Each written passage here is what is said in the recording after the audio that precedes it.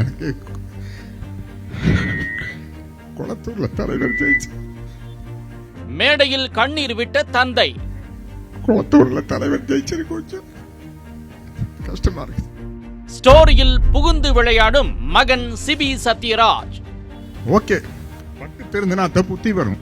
சென்னை கொளத்தூர்ல திமுக சார்பில் நடந்த நிகழ்ச்சியில நடிகர் சத்யராஜ் பேசிக்கிட்டு இருந்தப்ப, கொளத்தூர்ல தலைவர் தோத்தது ரொம்ப கஷ்டமா இருக்கு அப்படின்னு பேசும்போதே மேடையில திடீர்னு கண்ணீர் விட்டு கலங்குறாரு சத்யராஜ். அதுக்கப்புறம் பட்டு திருந்துனாதான் அறிவு வரும், எப்படிப்பட்ட தலைவரை தோக்கடிச்சிருக்கோம் அப்படிங்கறத நீங்க உணர்வீங்க அப்படின்னும், ஒரு முதல்வர் பேசக்கூடிய பேச்சாது வாயில நல்லா வருது அப்படிங்கிறார். எனக்கும் வாயில நல்லா வரும், நல்லா வரும் அப்படின்னு பேசினார். இப்படி சத்யராஜ் மேடையில மனம் நொறுங்கிய அதே நேரத்துல அவரோட மகன் சிபி சத்யராஜ் அவரோட இன்ஸ்டாகிராம் ஸ்டோரியில என்ன பண்ணிருக்காருன்னா, இக்னோர் நெகட்டிவிட்டி அப்படிங்கக்கூடிய டெக்ஸ்டோட சிஎம் விஜயோட கெத்தான புகைப்படத்தை வச்சிருக்கிறது இப்போ இணையத்துல கவனம் பெற்றுக்கிட்டு வருது.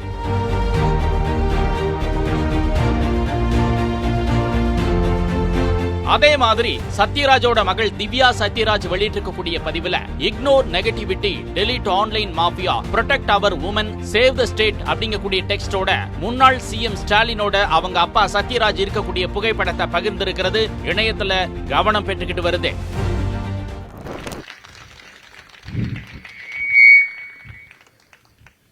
எனக்கு